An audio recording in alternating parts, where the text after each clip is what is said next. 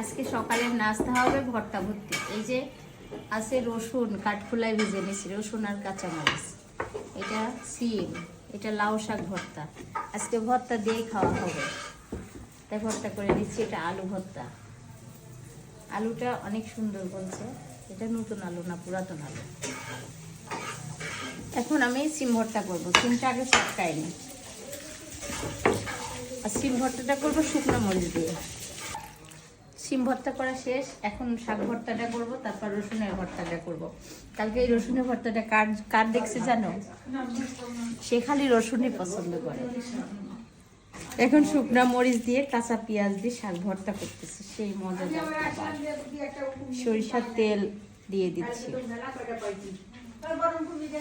অনেক সুন্দর সেন্ট বেরোচ্ছে শাকটা, আর শাকটা সবুজ সবুজ কালার, অনেক মজাদার হবে। ভর্তা করা শেষ, এখন ভর্তা খাবো। আর এটা রসুনের ভর্তা, রসুনের ভর্তা আম্মা খাচ্ছে, অনেক মজা হয়েছে। আর এই যে পিছনের মধ্যে ভাত নিয়ে নিয়েছি, এখন খাবো এর মধ্যে। অনেক মজাদার ভর্তা। এভাবে করে শীতের সকালে অবশ্যই ভর্তা করে খাবেন, ভালো লাগবে। শীতের সবজি দিয়ে, তাও